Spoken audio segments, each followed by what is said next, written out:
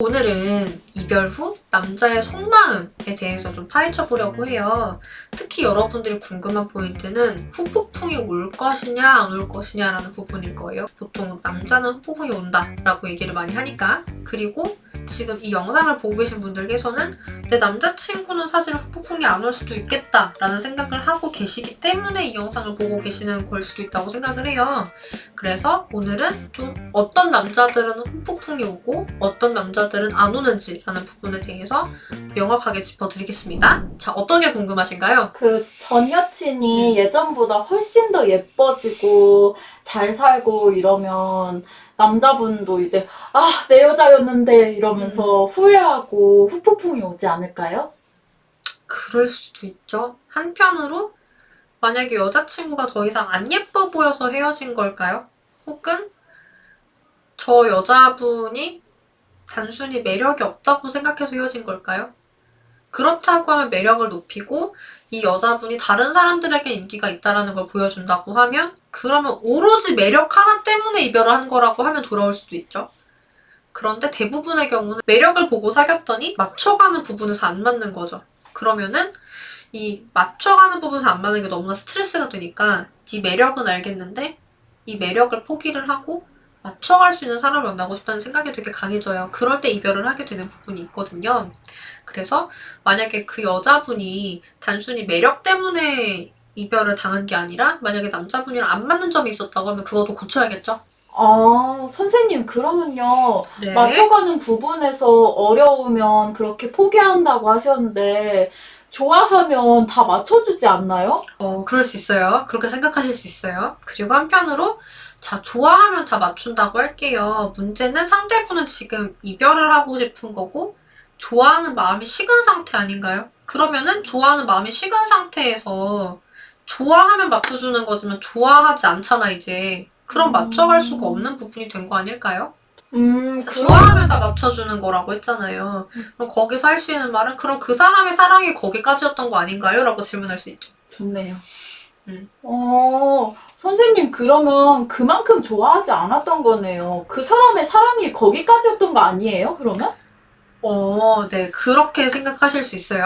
자, 일단은 좋아하는 마음에 대해서 우리 먼저 생각을 해봤으면 좋겠는데, 자, 우리가 상대를 좋아한다고 할게요. 근데 만약에 상대가 날 서운하게 해요. 그러면은 본인 같으면 그 서운한 상태에서 이 사람에게 내가 해주던 노력을 그대로 해주고 싶나요? 평소처럼? 아니면은 조금이라도 줄이게 되나요? 평소 같으면 남자친구가 우리 집에 왔어. 그럼 내가 뭐 이렇게 맛있는 진수성찬 차려준다고 할게요. 근데 오늘은 서운한 거예요. 그럼 내가 똑같은 노력을 들여가지고 그렇게 차려주나? 네가 알아서 해먹어라고 할 수도 있잖아요. 혹은 여기가 어디라고 우리 집에 들어와? 라고 할 수도 있는 거고, 그쵸? 내가 서운한 상태니까. 그런 것처럼 내 감정에 따라서 나도 저 사람에게 해주는 행동이 달라지잖아요. 그런 것처럼 감정이라는 건 자꾸 변화하는 거거든요. 근데 뭐에 따라서 변화를 하는 거냐면 자, 저 사람이 서운하게 안 했다면 내가 이렇게 매정하게 나오겠어요? 평소같이 해줬겠죠? 근데 네. 내가 평소같이 해주지 못한 이유가 뭐예요? 내 기분 안 좋게 해놓고 그것도 안 풀어주는데 내가 굳이 잘해줘야 되나? 그쵸. 내가 저 사람한테 실망한 거잖아요? 실망한 상태에서 사람은 똑같은 노력을 들여주지 않아요. 그러면은 자, 저 사람도 나한테 실망했을 수 있겠죠? 저 사람이 나한테 실망했을 때는 저 사람도 그저 좋아하니까 내가 항상 똑같은 행동을 해주는 게 아니라 잘해줄 마음이 떨어질 수 있지 않을까? 나도 그랬던 것처럼. 그죠? 한편으로 상대가 나한테 정말 잘해주고 있을 때는 내가 평소에는 진수성찬 차려줬다고 하면 오늘은 평소가 아니야. 진짜 더 잘해줘 남자친구가. 그럼 내가 어떻게 하겠어? 평소 먹던 메뉴에 내가 금가루까지 뿌려준다든지 뭐 그럴 수 있겠죠? 그리고 이건 사실은 내가 여자든 남자든 마찬가지일 거예요. 상대가 나에게 잘 해주는 만큼 나도 그 부분에 있어서 더 감사하는 마음이 들고 배려심이 생기고 더 잘해주고 싶은 생각이 들 수가 있는데 상대가 나한테 못하고 있을 땐 사실 나도 똑같이 잘해주고 싶지 않거든요. 그래서 이게 좋아하면 잘해줄 것이다 라는 전제를 까셨는데 좋아하면 잘해줄 수 있어요. 근데 좋아하는 마음은 내가 어떤 말과 행동을 하느냐 내가 저 사람에게 어떤 감정을 느끼게 만들었느냐에 따라서 왔다 갔다 할 수 있어요. 그럼 저 사람의 행동도 왔다 갔다 하는 건데 이 왔다 갔다가 너무나 크게 진행이 됐을 땐 이별까지 갈 수도 있는 거죠. 그러면은 좋아했지만 이별하게 되는 거예요. 어쩔 수가 없는 거죠.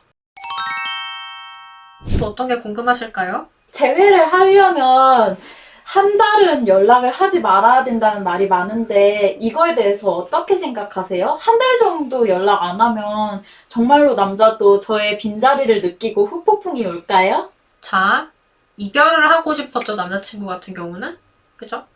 이별을 하고 싶었는데 한 달 동안 내가 원하는 대로 이별을 했어요. 무슨 감정일까요? 이별을 애초에 왜 하고 싶었을까요? 사실 이거부터 이해가 돼야지 그 다음 문제를 풀 수가 있거든요. 자, 후폭풍은 사실은 저는 사실 그 단어가 정확하지 않다고 생각해요. 좀 더 정확한 단어는 저는 미련이라고 생각하거든요. 근데 이별을 하고 나서 미련이 생기는 사람이 있고 안 생기는 사람이 있단 말이죠. 근데 미련이라는 거는 결과적으로는 이 연애를 계속해서 하고 싶다라는 감정일 거예요. 근데 연애는 왜 하고 싶어지는 거냐면 내가 혼자보다 너랑 같이 했기 때문에 행복했을 때 그 행복을 유지하고 싶은 거거든요. 문제가 있어요. 자, 상대분은 이별을 결심했어요. 이별을 결심했다는 거는 내가 불행했다는 거야, 행복했다는 거야. 내가 이 연애를 함으로 해서 불행했으면 이 연애를 왜 유지를 시키고 싶을까요? 자, 사랑했는데 내가 실망을 자꾸 했어요. 실망을 해서 잘해줄 마음이 떨어졌어요. 잘해주고 싶지 않아요, 이제. 잘해주고 싶지 않은데 연애를 유지를 하게 되면 누구한테 행복한 연애죠? 내가 너에게 잘해주지 않는 연애는? 행복하지 않을 것 같아요, 둘 다. 그쵸. 그러면은 둘 다 행복하지 않은 연애를 남자분은 안 하고 싶어서 이별을 결정을 한 건데 시간이 지나면 우리 둘 다 행복해질 거라는 생각이 다시 들 수 있다고 보시나요? 확신이 없다면 어려울 것 같아요.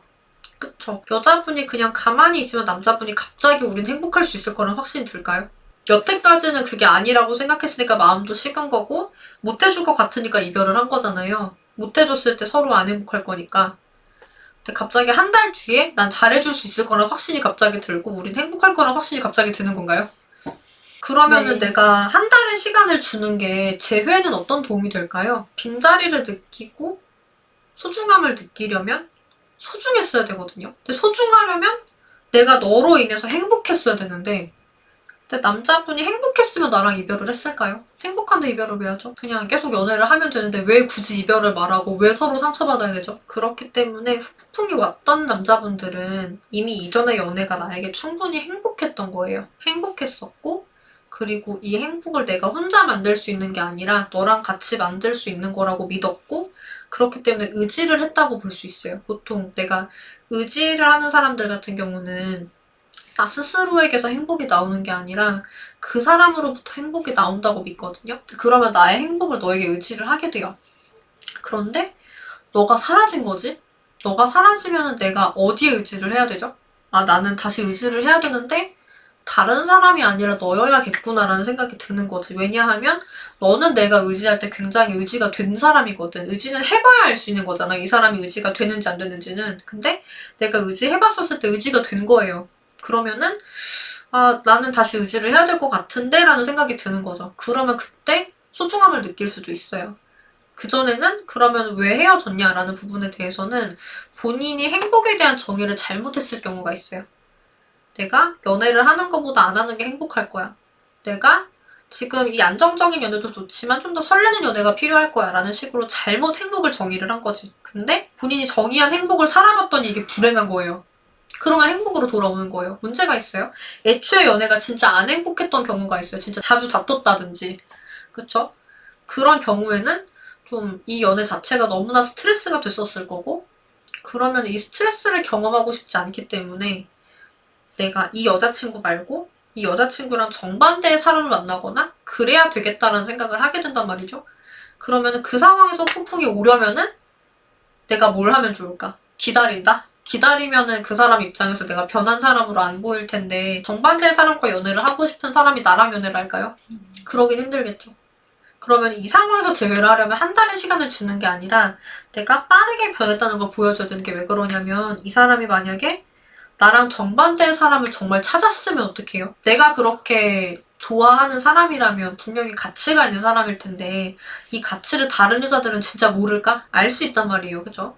그러면은 내가 이 사람이 가치 있다고 느꼈고 다른 여자분들도 이 사람이 가치가 있다고 생각을 했다면 그 사람들도 사실은 이 사람이 솔로가 된 시점에서 이 사람이랑 사귀고 싶어 할 건데 그 사람들 중에는 나랑 정반대 성향을 가진 사람이 있을까 없을까? 있을 수 있어요. 그러면은 이 사람이 그 사람에게 의지를 하게 되는 순간 나는 사실 이전에 이 사람이 연애를 해봤을 때 나랑은 의지가 안 된다는 걸 봤잖아요.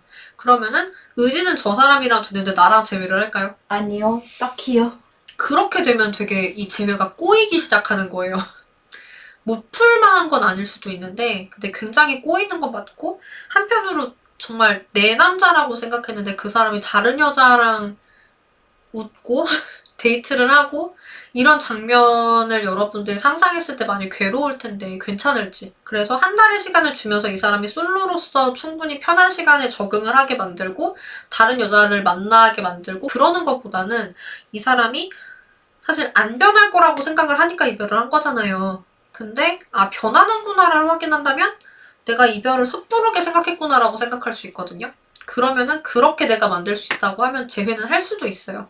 그래서 한 달이라는 시간을 여러분들이 낭비하기보다는 어떻게 하면 이 사람에게 의지가 더 될 만한 사람이 될 건지 어떻게 내가 180도 바뀐 사람으로 보여서 다른 여자를 찾을 필요가 없게 만들 건지 이런 부분들을 좀 더 고민을 해주시면 좋을 것 같아요. 오늘은 그럼 여기까지 말씀드리는 게 좋을 것 같네요. 연애회사 대표 상담사로서 다양한 연애와 결혼, 이별, 재회 상황에서의 여러분들의 대처력을 한껏 높여드리는 그런 콘텐츠들을 많이 만들어드리려고 해요. 오늘의 영상이 좋으셨다고 하시면 좋아요 꼭 눌러주시고요. 여러분의 행복한 연애와 결혼 생활을 진심으로 응원드리겠습니다. 안녕!